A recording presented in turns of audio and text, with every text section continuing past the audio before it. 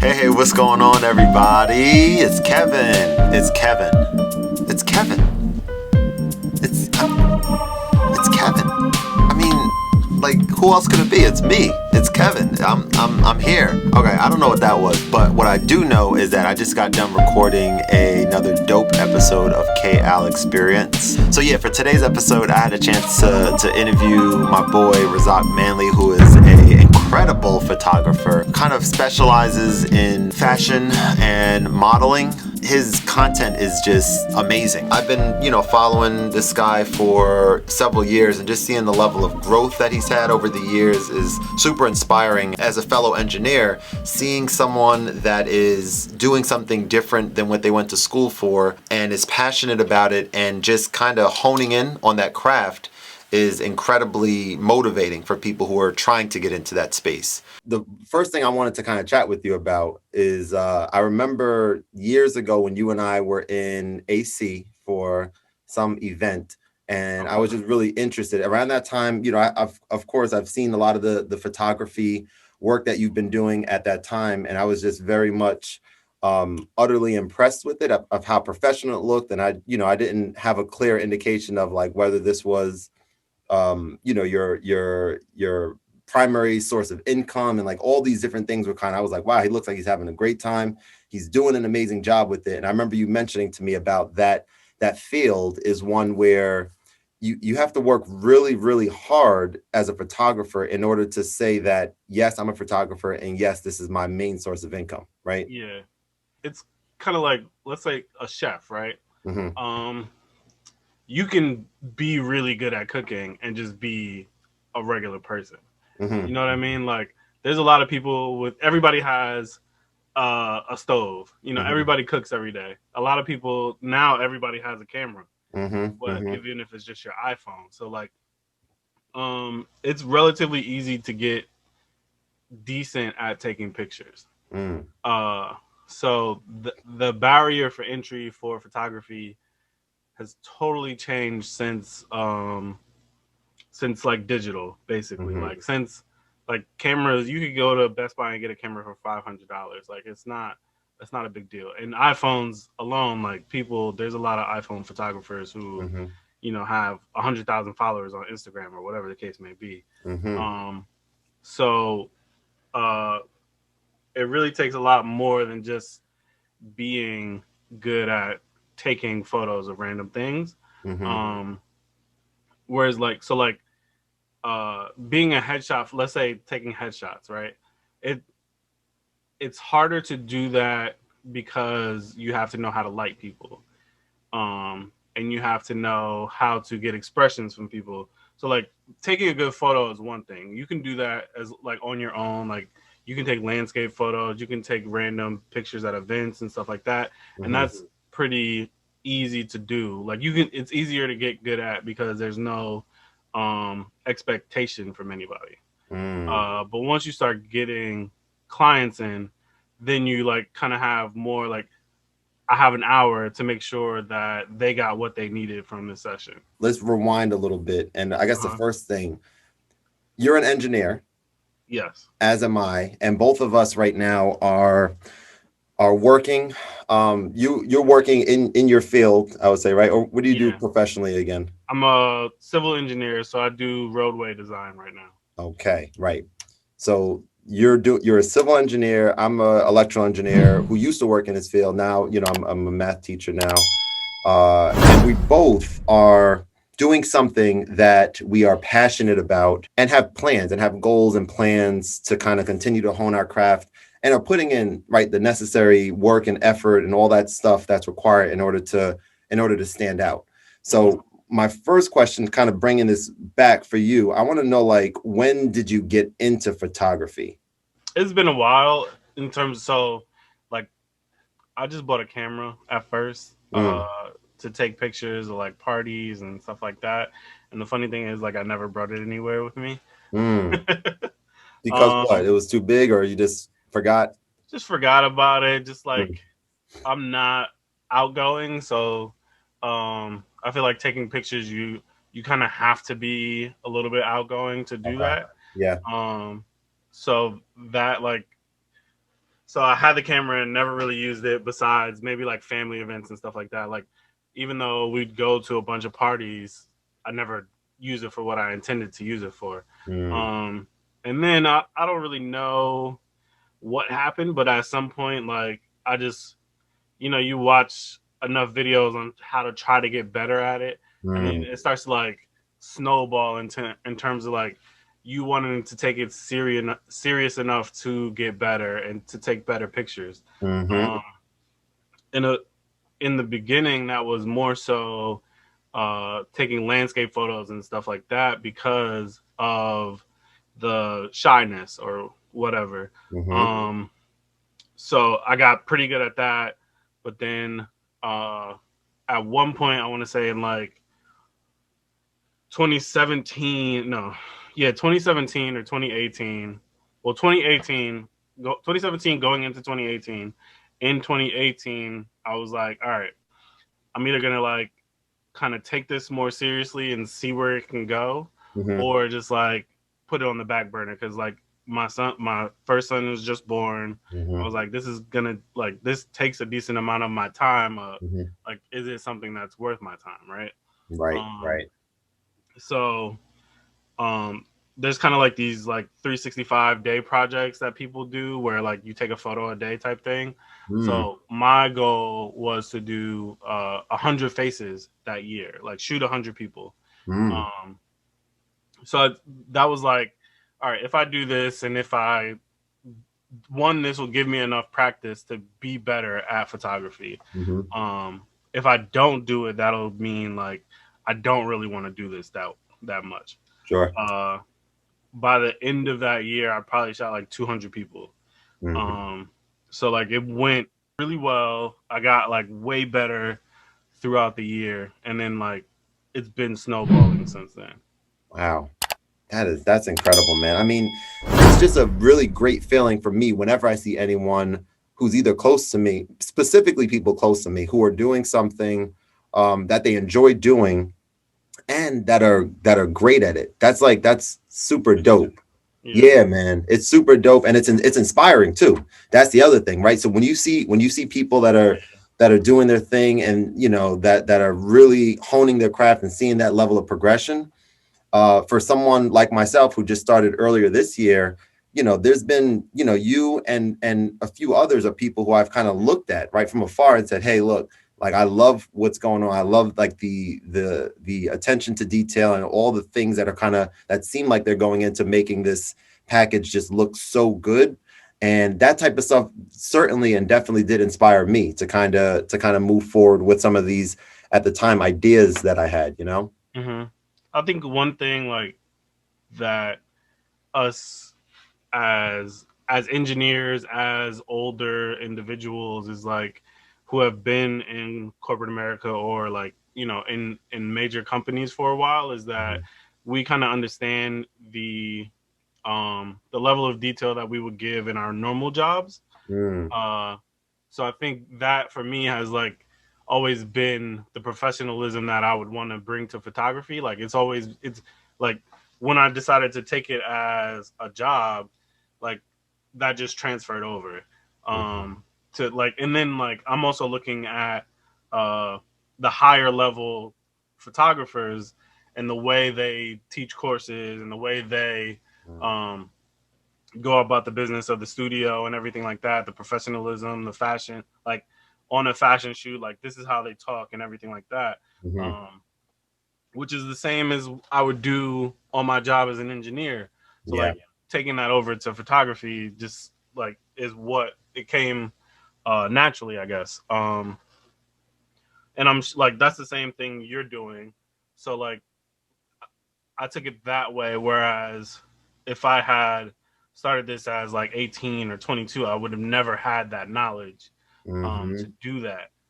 So I would have had to learn it from another photographer. It would have probably taken a longer time or something like that. Um, Mhm. You yeah. hit a really, really good point. Something I wanted to actually talk about is like thinking about our engineering degrees and knowing what it took to get through that curriculum and to come out the other side and be successful, in terms of getting the degree. I've often thought about not just the like from my end and your end. There's certainly technical aspects of what we're doing. You know, we talked. You and I were texting a while ago about aperture and all these terms that I'm just like I'm trying to wrap my brain around just so I can get the basics, so I can kind of kind of get the ball rolling a little bit. But in addition to the technical aspects that are helping us do things like connect your camera to your computer so that you can have a Zoom session that looks like things like that the ordinary person who doesn't have a technical background wouldn't necessarily understand. That stuff is definitely helpful. But I think what's fascinating is the other side, which is to say the the character building that studying engineering allowed for us to kind of experience, to say, oh man, no matter what we're studying here, like we are going to do whatever's necessary to understand this material, to understand it. And like that, I think that was kind of ingrained in us at the time. And for sure, I think a pretty significant amount of that is kind of, pouring forward or pushing through in terms of the stuff that we're doing right now. Yeah. Um, yeah, I mean, I don't think it's necessarily engineering specific because everything my wife is an accountant. Like we have a ton of high performing friends, Hmm. and it's really the same across the board, regardless of like what they studied. Is like when you got to that level where you had to go to college, you had to get that degree, like you had to learn how to study. Yeah. Um, Yeah. Plus, like I'm 10 plus years into my career right now, right? So Yeah. like in order to get to a certain level in my career, like I had to study on my own to take like the professional engineering exam. Like Hmm. people had to study on their loan to get on their own, like without like a teacher, without a grade, without any of like the daily assignments to get their CPA. You Yeah. know, like the Series 7, like all of that stuff, like you have to learn how to do those things on your own in order to get to a certain level. Like to become a real estate agent, you got to learn how to study. Hmm. Um, so I think everybody who's become like certain level of success, like learns how to be a self starter to a certain extent. Hmm. No, well said. Very well said. And just kind of like having this thing that we can kind of continue getting better at and learning from, and just see where it takes us is super exciting. Yeah. So let me ask this: in terms of where you see yourself in a few years, let's say 3 to 5 years from now, like the type of work that you're doing, do you see yourself? I mean, you mentioned something that I hadn't even thought about. I would love to hear about this. You mentioned something about like people who are more experienced that are teaching and educating. Do you see yourself getting into that space in addition to the actual nuts and bolts, or where do you kind of see that going? I think I want to do a YouTube channel, but I see it more as advertising Okay. um, of my photography services. So like basically growing your brand in general gets more eyes on your brand. Um, Sure. right. So like I'd probably do free courses on there, like free information. I don't really want to get into the educational space in terms of like selling courses and stuff like that. Hmm. Uh, Mainly because like I really think there's a barrier to entry to a lot of fields, which is just money, like the ability to learn things in a quick manner. Hmm. Hmm. Like it can take you a long time to learn anything if you're just like searching YouTube for all the content. Yeah. Uh, but then I've there's a lot of like there's a maternity class that I want to take that's in person. And it's like $4,000 for like 3 days, and I'm Mm. just like, this is kind of crazy. Yeah. Uh, Yeah. Sure. like in the I've been to classes that are less expensive than that, and I'm always it may be like the level of photography knowledge that I have right now, or whatever the case may be, where I really spend $400 to learn like one or two things. Hmm. Um, and it like those one or two things are worth $400, but it's also kind of annoying to like spend 8 hours to Yeah. learn, something you could have learned in 30 minutes, or Really I cool. don't know. Nah, I'm conflicted about that in general. I definitely hear you on that. Sometimes I have to kind of catch myself too. Like, obviously, time is important, and we want to like maximize our time and stuff. But also, I kind of overthink it sometimes, and I'm Yeah. like, you do that, it can oftentimes have like a adverse effect, right? If you're thinking too much about it, then time could just kind of just move forward without you even realize what's going on. So, Right. what's your favorite part about the shoots that you do? Do you enjoy seeing people?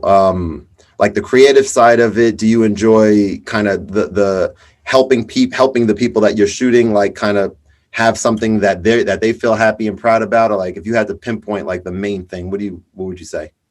So there's like, I guess I want to say like two different aspects that I really enjoy is like one, the portraiture where uh I'm taking pictures of, like, say, like a maternity shoot or a mother daughter shoot or just like a family portrait that I know can like really live in somebody's house for like years. Wow. Um, Okay.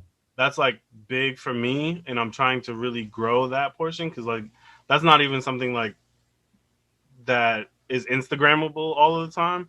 Okay. Um, but like the picture, I didn't even. I mean, there's a picture of my family that like I set up, but like my friend who's a makeup artist took for us, Okay. of me, my wife, and Xavier when she's pregnant.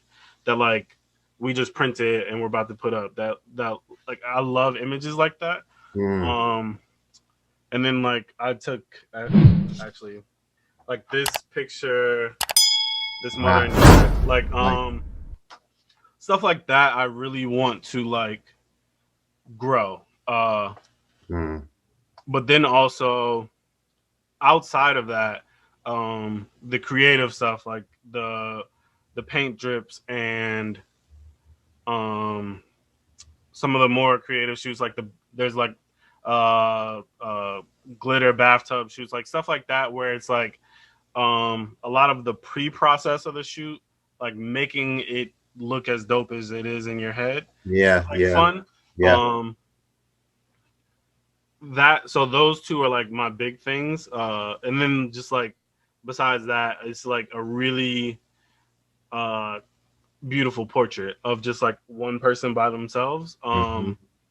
And I think that goes back to the first portraiture thing, but it's not like really families. But it's just like a really clean, great portrait of somebody is my thing. Hmm. um there's a lot of like other stuff in there that's kind of fun, but like also it's like fleeting, and I Mm. feel like the those three things like kind of last forever more than Hmm. the others. That's extremely powerful. I'm so glad you mentioned that. I hadn't thought about, and you mentioned something not being, necessarily Instagrammable for people that follow what you're doing. Maybe that's a private picture that other people may not want shared there. So I didn't even realize that type of shoot that you had opportunity to kind of experience that. But that's a powerful thing, bro. I mean, like the way you said it, a family portrait that's going to live in the family's house forever, and it's like that's really a special thing. So I can really see that sentimental aspect there, that must be extremely significant. So that's super dope. Being in control of the creative process and being able to kind of do whatever I want to do, whatever I feel like might be good, and we'll see how it works and stuff. Like, and me knowing that I have like a very much like a silly and weird kind of side to me, and I love that type of humor and stuff. I'm like, yo, I need to start making some stuff related to that, like sooner than later. And so there's, I don't know, have you heard of Eric Andre before, the comedian? Or no, you don't think so? So he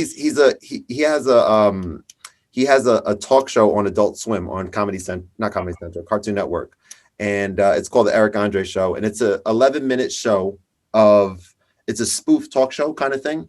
But he has real guests come on that only know a little bit about him, and he does all these just outlandish things to make them extremely uncomfortable. I'm gonna send you some clips later so you can check it out.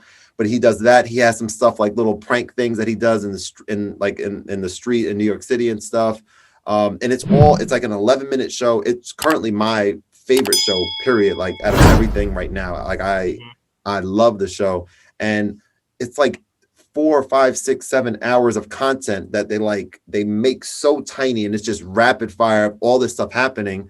And what I love about it, and I'm sure I'd love to hear your opinion too, is like in arts in general, there's a really powerful thing about like being influenced by other people doing things that you enjoyed watching, or you enjoyed, seeing the way they move and stuff like that. And so very much like starting to put my own spin. Like, for example, my YouTube channel was created, I think I told you this as well, Henny the Business, who I know you went to school with him. No, you don't know, but you know who I'm talking about. And so, yeah, man, like having, starting my show that way, it was very similar to his. Talking head, no guests, just me talking about, whatever I wanted to discuss. But then I'm like, oh, I want to start talking to people. And now I'm like, oh, I want to do a video game vlog for an episode. I want to do random things that just come to my mind. And having that freedom is unbelievable. And now it's just kind of going in every direction, and it's so much fun, man. It's super fun.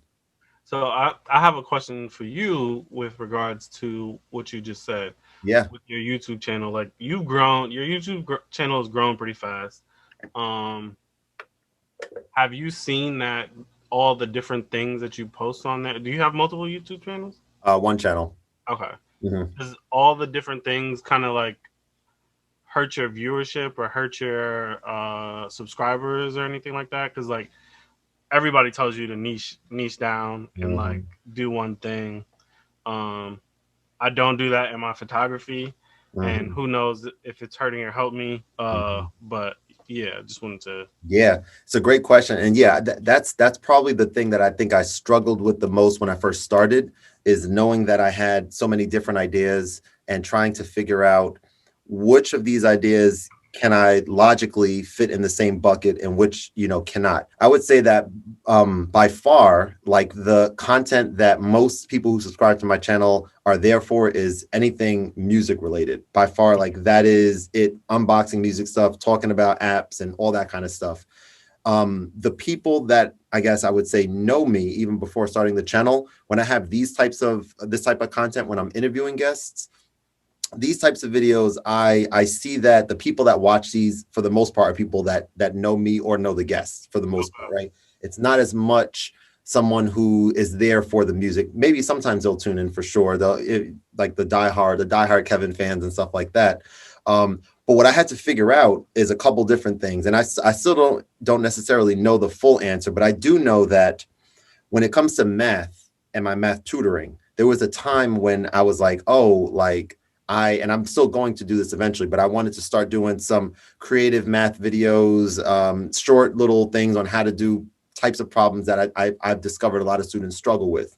Now, for me, it was extremely difficult to think of any scenario where my subscriber base who are following me originally for music content would even have watch a second of that, right? It was like, okay, I can't even understand how that could work. So that's why I didn't do anything related to that. Then I thought about what kind of opportunities are there to mix music and math? Are there ways for me to put some of my beats in with like a little tutorial on long division or something like that? And that's still a thought. That's still a thought in my head. But I do think that the stuff that's on the channel right now, I've tried very hard to organize the content on the channel to say, and if you guys like were to check it now, it's even more just like, here's my music stuff, here's KL experience, and maybe there's like one more playlist right there on the page, and then underneath there's like, here's other stuff that doesn't fall into these buckets, but I still want to make this. And the only thing that's been a little challenging, and I kind of wish, I actually very much wish that if YouTube had a way to not notify subscribers when you post a certain video, then the people who are there for music, if I wanted to post something that I just wanted to have on my channel, everyone who's subscribed with that bell icon, they will get a notification. And I felt like at the time, like, man, if someone is having a good time and then they get a notification that Kevin's thing is up, and they're like, wait, I don't care about no photography. Like, I don't care about this. Unsubscribe. I'm done. I don't even care about his music anymore. And I feel like that could happen from time to time. But overall, it was just a matter of kind of saying, is it feasible? Does it make some kind of sense to have the content together? Okay. Yeah, definitely a good question though, man. And even like thinking about content and repurposing content. And by the way, whenever I was gonna say if when, but I know you mentioned it, so I'm gonna say you probably will do it eventually. Starting the channel, hit me up, man. Like definitely, there's that's something that I've learned. I very much enjoy talking to people about the things that I've learned so far, especially people like you who I know would take that knowledge, take that information and put it into like the next level, the next gear and Mhm. do your own thing with it. So I would say that like when we start thinking about, and I think you mentioned a word, I don't know if you said tempered down, but you said something along the lines of some aspects of what you're doing are not maybe as enjoyable as they were when you first started. Now, just kind of thinking of how can I try to do the things that I enjoy doing and not do the things that I don't find as fulfilling and trial and error type of a thing. But it's super cool, like being in control of where the business goes and everything. Yeah. Um, I guess speaking on that, like there's a couple things in photography that I'm just like I don't do. Even though like I'm not at the point where I make enough money to be a full time photographer. Yeah, Like I don't want to shoot anybody's event. It is boring. I was gonna ask uh, about that. Okay. no, I mean event photography is like to me at least the one of the least creative uh things you could do as a photographer. Okay. You're like you're literally just taking pictures of people with a flash. Like there's no posing, there's no anything. Mhm. Um, so that's like really just like a money maker. Mm, Um, gotcha. one thing, so like I don't even do it anymore. Like my price to do event photography is high. So if you book me at that price, I'll be happy to do it. Gotcha. That's Otherwise, like I'm not coming. Yeah, not like coming otherwise. I Gotcha. I do have this thing that I want to build, which I've done like one or a couple times at this point, where it's kind of like a photo booth, but like an actual portrait session at an event. Um, so like I'm taking pictures of people, like I get to pose them, I get to light them. So it's Mhm. like you get like a 1 minute photo session. Um, Mm, and I think I really like that. Like, so Vanity Fair does this thing at I want to say the Oscars and the Emmys, where they photograph everybody who won one after they won it in like this dope room or hotel or whatever. And mm, like lit really well. It's a legit like professional portrait. yeah. Um, so I've done that at a wedding and I've done it at like a gala, and it's really like people get the same experience they would get if they came to me for an hour session, but it's really like 1 minute each, Hmm. or like, I mean, people like shift in groups or whatever. So like, but like you're like, if you came to me by yourself, like you get like a minute, we do a couple photos, like Hmm. I'll pose you a couple different ways. There'll be like a good prop or whatever there. Mm, Um, so like the couple times I've done it, it's been a hit, and it's like less of like the party atmosphere than a normal photo booth would be, but it's really like better picture. Like you could print this picture and put it on your wall versus mhm, like the photo booth where it's like maybe a magnet on your refrigerator for a little mhm. while, whatever the case may be. Yeah, yeah. So that's something I want to build. But like, there's like I don't really like taking pictures. I like the pictures that I get from taking pictures of babies, but I don't like the experience of taking pictures of babies Mm, because babies don't cooperate. You can't tell a baby to smile or close their eyes or turn yeah, their head here. Like I'm talking newborns, right? You yeah, sure. can't. They don't. They they're They're just not, there, right? yeah, they're just They'll there. yeah. They'll cry when you don't want like so those sessions like can take like 4 hours. So like you really have to like kind of be in like your meditative like this could you take it as it comes, like chill, Yeah, and this is like a totally different experience because like people really think it could be an hour when it's like this is a baby who isn't trying to do yeah. necessarily what you want them to do. We're just trying to Um, chill. yeah, Yeah. so That's something like I don't really do unless it's like a friend or whatever. Yeah. Um, but yeah, so like there's definitely things I'm like, nah, I'm not doing that. That idea that you just mentioned, I'll kind of say what I mentioned earlier. Just first of all, I love the idea, first off. And second of all, hearing someone who's passionate about what they're doing and motivated to make things happen and be creative and be successful with it, that like just hearing you talk about that is inspiring to me. It's like, okay, so you it's not surprising, right? I know that how much effort you're putting in and all that, but like just kind of hearing it and saying like this sounds like a legitimate dope idea that you've tried a few times and you kind of did a small little market test type thing to see how people like it. I love it, man. I think that's super dope. So we're gonna change gears a little bit. I want to talk a little bit, like a couple more questions for you, and then I'll let you go because I know you're a family man. You're a father of two now, man. Yeah. Father of two. Like, come on, man. That's crazy. How is fatherhood going for you, by the way? Like you embracing it? I've seen some of the videos that your wife posts, which are super dope, and I enjoy them. Fatherhood in general is great. It's always a wild experience as you like realize how much your life has changed. Yeah. Like when you think back to like when you were a kid and then you're like, okay, I'm doing the stuff that I thought I would do as a kid. Yeah. Um, Raising a kid is kind of crazy because like obviously like they have their own mind and they want to do their own thing.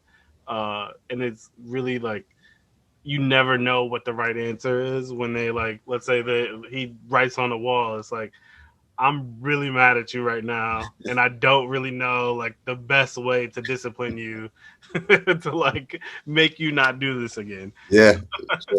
So I mean, it's all like a learning experience, but it's been great so far. Hey man, I'm glad to hear that. So let me ask this question, right? We're talking two people who are just into what they're doing and excited about the future of it. If you had a chance to put a billboard up somewhere and have the billboard say anything that you wanted it to say, what do you think you would want to put on a billboard? Find a way to do the things you love more. Life gets away from you, right? Like so, um, we all have jobs, we have hobbies, whatever, and like, how much of your time do you really spend doing things that you like doing?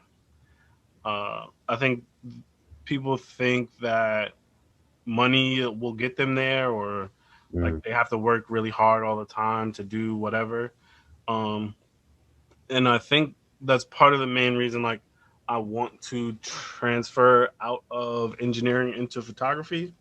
mm-hmm, It's because like if I can, I'd rather make good money doing something that I enjoy mm-hmm, than make good money doing something that like I really don't care that much about. mm-hmm. Like theoretically, my job is enjoyable in terms of like it's for the public good and like all those things you can think about, but like on a day to day basis is like really boring.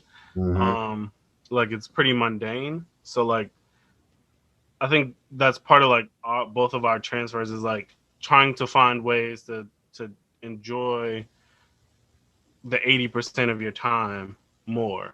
Mm-hmm. Um, and I think part of that is always tied to finances and like trying to figure out how you can make money doing these things or how you can live more within your means or whatever the case may be, Yeah. or like sacrificing your time for 5 years in order to live better for 15. Yeah. Like I mean that's really what like it's hard to explain this to like 18-year-olds but like who don't want to go to college, but like college really um in a lot of instances really like catapults your earning potential. It's Mm-hmm. like I had a conversation with um uh the guy who like painted my house, right? And his nephew is like going to school for engineering, but he doesn't want to do it anymore. He wants to become a tradesman, right? And I'm like, he and the my painter, who also is in like a trade as a day job, Mm-hmm. was he's trying to like explain to his nephew the same thing I'm trying to explain to him is like I really like don't do manual labor. Like I watch people work all day, Mm-hmm. more or less. Mm-hmm. Right? Whereas like he goes to work and like he's exhausted, like physically by the time he gets off work every day. Right. Right. You know what I mean? And then like for him to make more money, he has to become more exhausted physically every day to get to a higher level. You know, to get more money out of his job.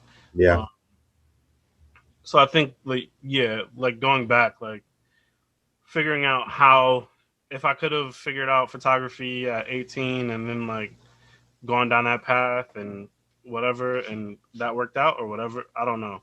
But just finding something that really like makes you happy Mm-hmm. for like most of your time.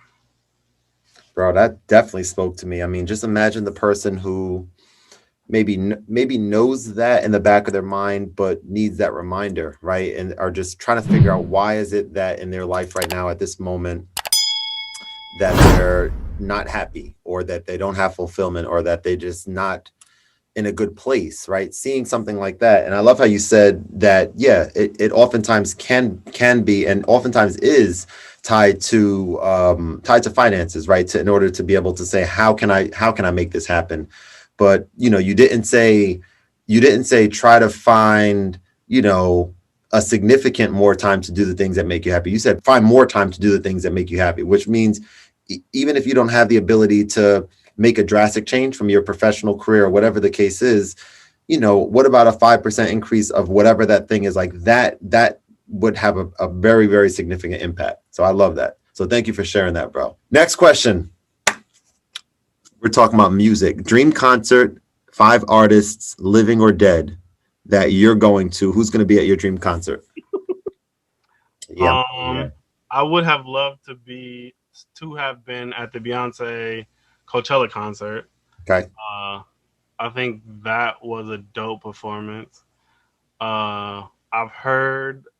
I mean, Michael Jackson. I have no experience with his concerts, but he's a dope performer, so I would definitely pick him. Mm-hmm. Um, I would have liked to go to a Kanye concert. Mm-hmm. I went to watch The Throne, and I've heard like I think it was like Glow in the Dark was crazy. Mm-hmm. Mm-hmm. So I've okay. I mean, I've been to like you may not even know who she is. This Alice Smith. Um, I don't. I've been to her shows, and she always has uh really like smaller concerts. Um, and I really love that experience, which you can't get with someone who's huge anymore, right? Like Yeah. so, like uh, I think that's like something like let's say like I'm not a huge Sade person, Mm-hmm.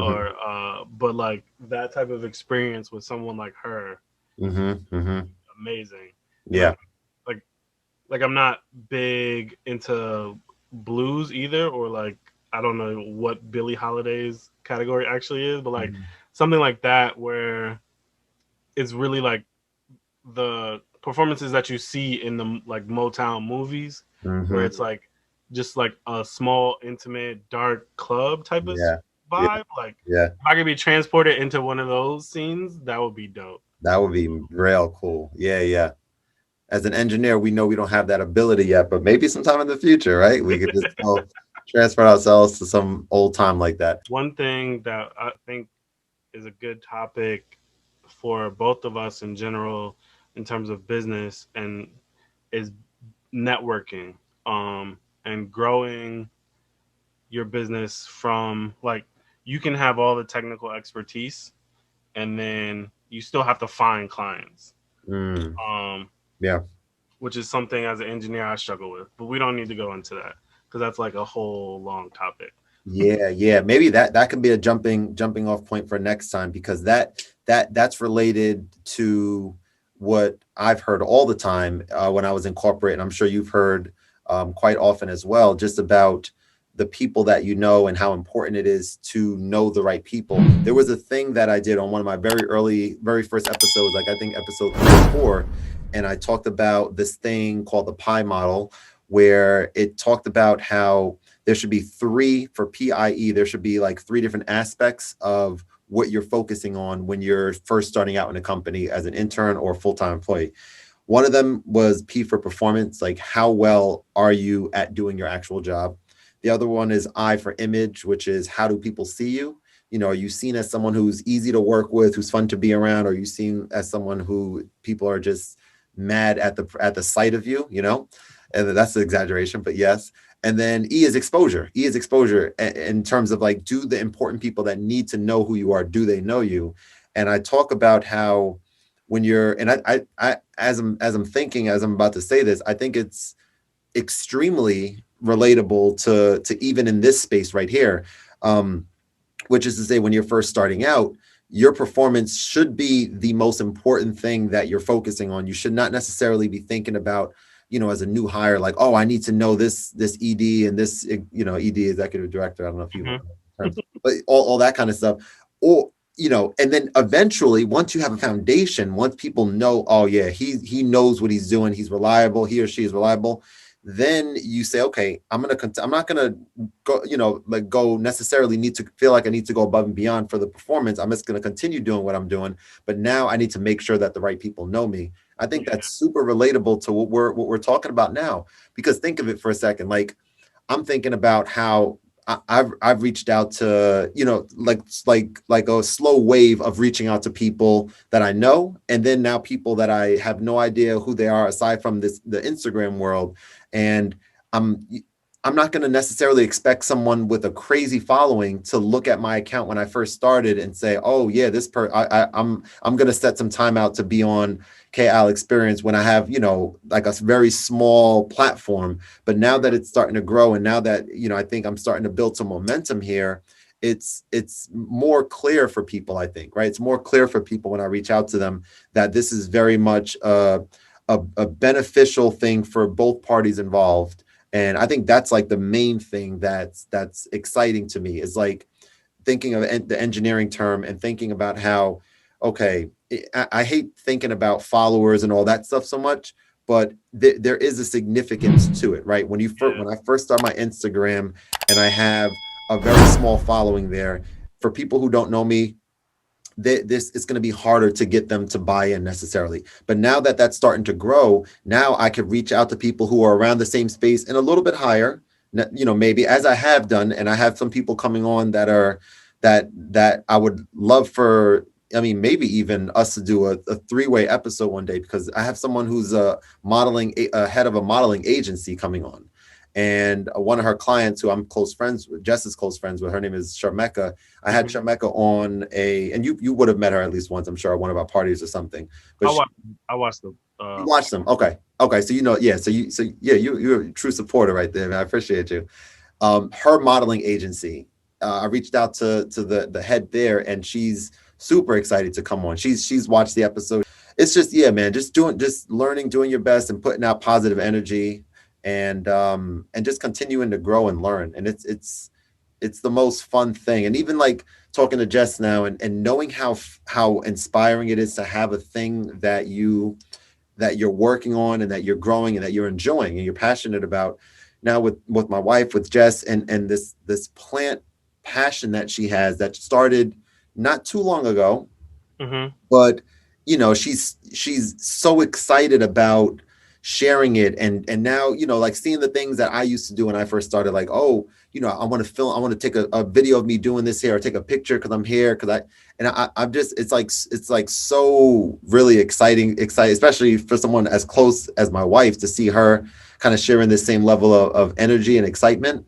I'm like, this is the start of something dope. And I might, who knows, I might even have her on an episode too. I mean, of course I have to have her on, of course.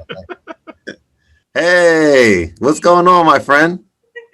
Finally got the kids to sleep, just saying hi.